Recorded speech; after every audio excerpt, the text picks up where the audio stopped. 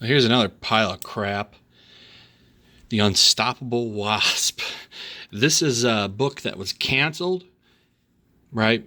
And it didn't sell for crap. It's already like at the bottom of the sales charts. You can't even like find it at some stores already. They actually brought it back with the same team that it got canceled. The same team. They brought them all back. They did the same thing with Iceman too, by the way. They seem to think, that's okay. They can just lose sales. It's all good. And they do it in an interesting way when they bring these back. They bring them back as mini-series, right? So this is like $5. Iceman's like $5. So it's already like on its way to get canceled. And then they're going to bring them back. So Cena Grace's Iceman has already been announced. So they're going to do it as Uncanny X-Men, like Neverwinter or something. So it's going to be a team book, not just focused on Bobby. So I just don't understand it. Like, these books don't sell. It's like the unsellable Wasp, And it's true. Like, most places don't even order it anymore.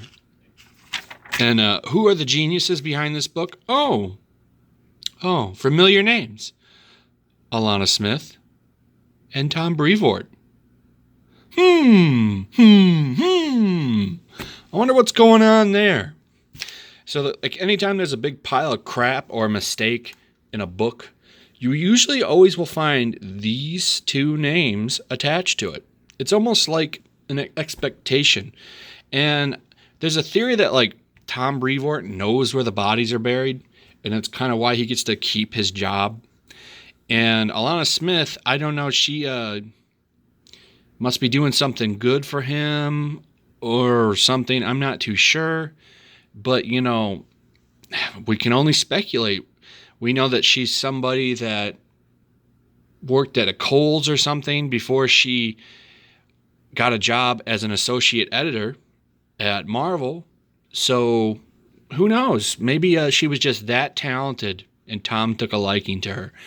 We also know that she had a very famous tweet where she came out and said, "Win or lose, if you support Trump, we will remember." So, it's all good. She's a good employee, harassing fans and making typos and missing panels and pages and comics. She's a good editor. Really good editor. So, really, the backup to this book is, it's kind of pointless. They're fighting AIM.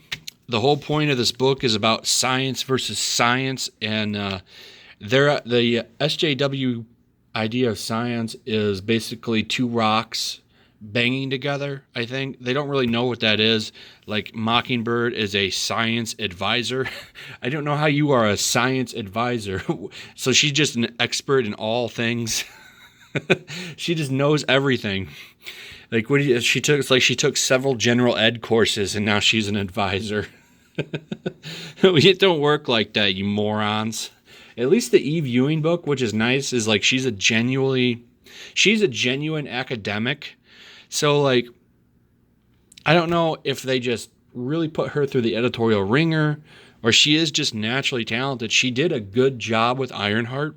I'm interested to see if that book does well, but they always try to make these SJW characters like super science nerds, and it fails spectacularly, but at least with Ironheart, it worked because she didn't sound like a moron. You had a genuine, intelligent person writing the character.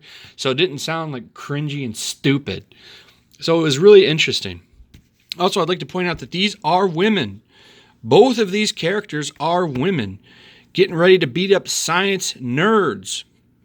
Both are women. I'd also like you to take note of the flat chests on all of the female heroes. That's an important point. She's angled differently. But if you look here, flat. Now, I want you to take note of that for a couple of reasons that I'm going to point out. Female characters, I promise. That is a woman. And I think they're a couple.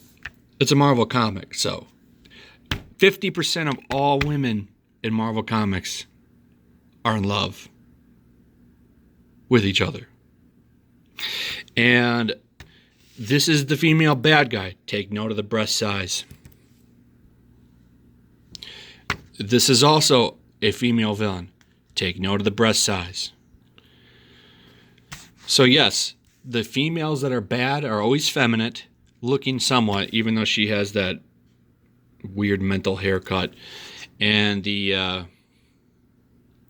good ones are always kind of masculine-ish, or they have small breasts. It's kind of a trend in their comics. But of course, 50% of all female characters. I'm not very good at quips, but I'm a highly trained assassin, and you are kidnapping my girlfriend. I'm going to injure you now, but you have a choice about just how much. She called me her girlfriend. I also like this villain because she proceeds to be the hero and whoop the crap out of the pompous, egotistical Nadia, who's just super unlikable. I don't think anybody actually likes this character, but she just really puts her in her place and whoops the crap out of her, which is also something that I enjoyed. But to knock it all away and be done with it, the heroes lose and get betrayed. And there's two of them. One's evil, one's good. What could happen next? Well, my answer is who cares what happens next? This book is shit.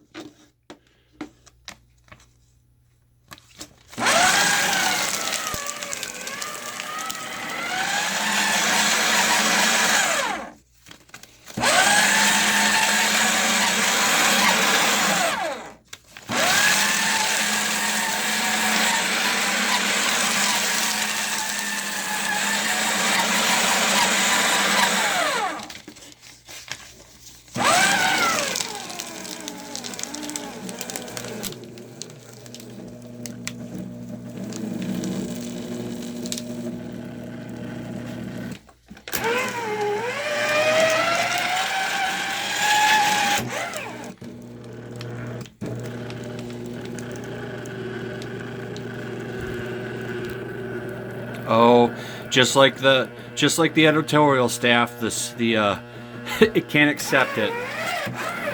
It's having a tough time accepting that this book sucks.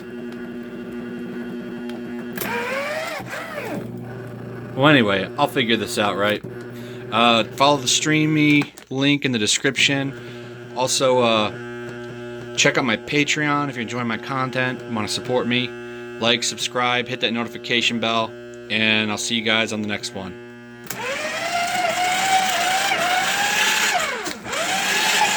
Oh, got it.